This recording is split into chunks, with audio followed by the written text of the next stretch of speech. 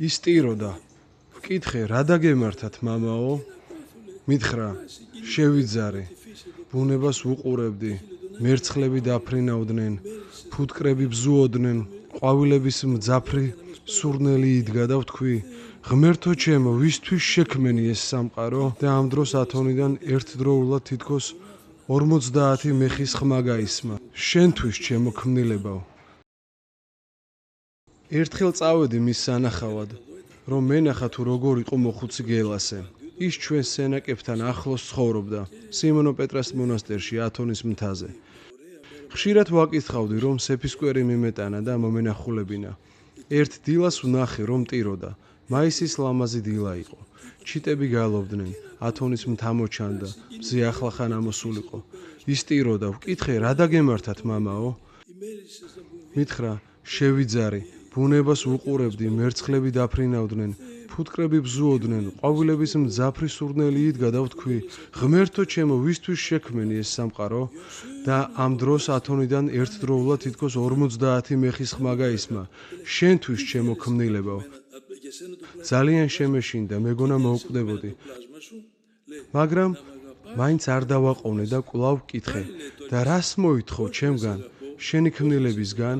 მან მითხრა, რომ გიყვარდე და გეშინოდეს ჩემი. და ისევ ვკითხე, როგორ შეგიყვარო და როგორ მეშინოდეს შენი? და მან მითხრა, შემიყვარე როგორც მამა და გეშინოდეს როგორც შემოქმედი. ახლა როცა ღვთის ხმა მოვისმინე, ნუ თუ არ მოვკვდები? არა, არ მოვკვდები ჯერ, კიდევ გაქვს დრო სიცოცხლისა. როგორც უკვე გითხარით, ყოველ დღე ჩაუვლიდი მის სენაკს. 87 წლის იყო და თვალებზე პრობლემები ჰქონდა. მითხრა, მამა ათანასე, თვალები მტკივა, ძალიან მტკივა. ვუთხარი ჩემს მოძღვარს, რომ თვალის წვეთები მიგვეტანა. ის საწოლზე იწვა და მის წინ სენაკში ერთი სკივრი იდგა. უცებ დაინახა მონაზონი, რომელიც იმ სკივრთან იდგა. ვინ ხარ? არ გიცნობ.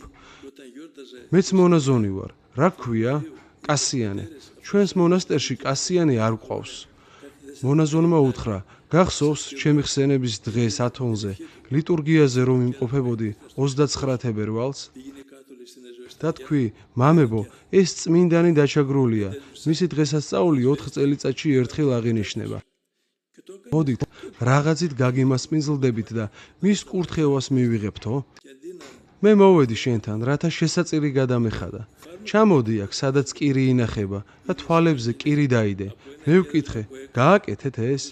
მითხრა, დიახ, გავაკეთე. მან თვალებზე კირი დაიდო და დამწრობის ნაცვლად მხედველობა დაუბრუნდა.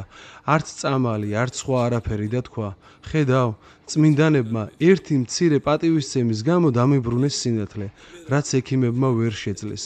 როცა მისი ჯანმრთელობა ბოლო ეტაპს მიუახლოვდა, ითხოვა წმინდა ზეთისწყება. ჩაუტარეთ.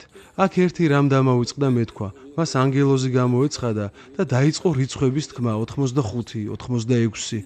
87 და გაუჩინარდა. იმ დროს ის 85 წლის იყო. კითხა, რა არის ეს 87? ახლა რომ 85 წლის ვარ, ნუ თუ მოვკვდები, 86 თქვა და 87-ზე გაჩერდა. ნუ თუ 87 წლის მოვკვდები, ვითმინოთ. და მართლაც, როცა 87 წლის გახდა 1 სექტემბრის წინა საღამოს, უცებ წამოდგა, მიუხედავად იმისა, რომ საწოლს იყო მიჯაჭვული, გამოვიდა სენაკიდან და მე მომძებნა. მითხრა, დაუძახე მონაზონს, ტალანტონი მომიტანოს. ვკითხე, რისთვის გჭირდება? დაუძახე. მან ტაძრის ირგვლივ დაიწყო ტალანტონზე დარტყმა. ჩვენ კი ხელით ვიჭერდით.